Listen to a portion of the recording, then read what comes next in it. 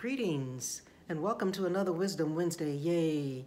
I'm Pastor Janice Fareed Hardy of Fresh Fire International Ministries, and we want you to know that just as many of you, we are in constant prayer asking for God's mercy regarding this terrible plague called coronavirus or COVID-19. We're praying for those who are suffering. We're praying for those who are grieving. We're praying for the whole world. As one of our members, Max, says, she says, we pray so hard that by the time you get up on one knee, you got to put the other one right back down because there's constantly something to be praying about regarding this virus. We're with you. We're with you. And we know that God is on the throne and will bring all of us through it.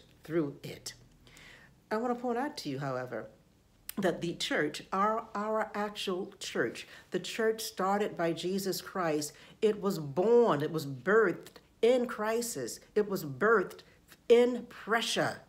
After Jesus, was crucified, and as you know the story, the women, Mary, Magdalene, and the other women went to the tomb 3 days later to anoint his body, and they couldn't find the body. And then Peter and John ran to the tomb. They couldn't find the body. So it was crisis on top of crisis and pressure on top of pressure. And those disciples were hiding behind locked doors. What in the world does this mean? When will it end? How will this turn out? Will we live?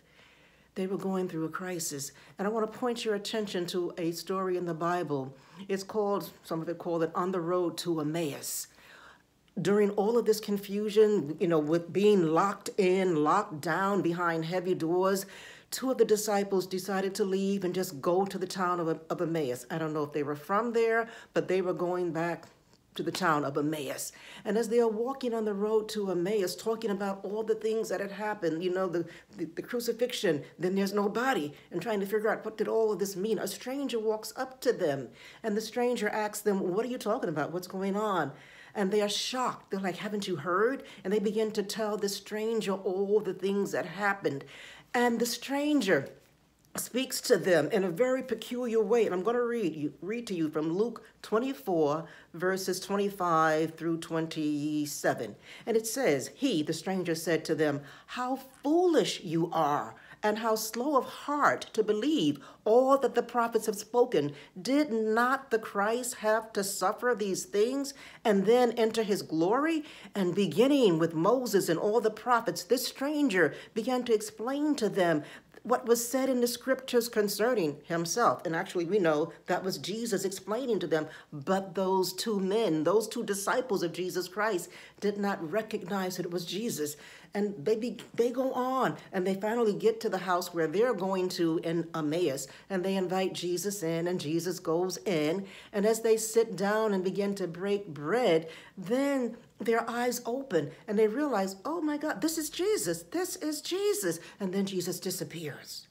I'm telling you that story to tell you that those men on the road to Emmaus, they thought they were just in the crisis of Jesus not being, crucified, nobody to even have a funeral, over. That wasn't the only crisis they were in. They didn't realize that walking down that road, they were in a test. They were being tested by Jesus. Jesus was testing them. Do you recall what the prophet said? Do you know what, even Jesus said? And they really didn't exactly pass the test quite well. In a crisis and under pressure, we are all under a test. In every crisis, Jesus is giving us a test. In this coronavirus, we are being given a test. Not just a test of all the stories we are hearing, of all the things that are happening, but also a test of who is Jesus to us. We are all in this coronavirus. We are on the road to Emmaus. And I want to tell you, pass the test. In the test is not to prove to God who you are or what you've got in you.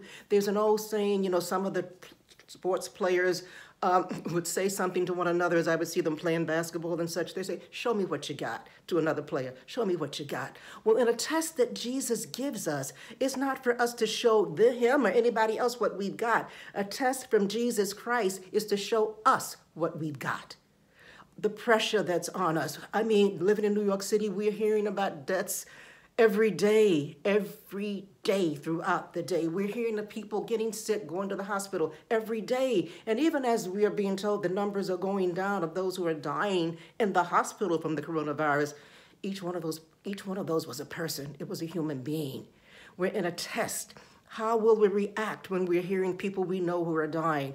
How will we react when we don't see the end of the road? Where is our faith? Who is our God? So the coronavirus, for the rest of the world, it is a pandemic. It is horrible. And for us, it is horrible. But it is also a test from Jesus Christ. Who's your God?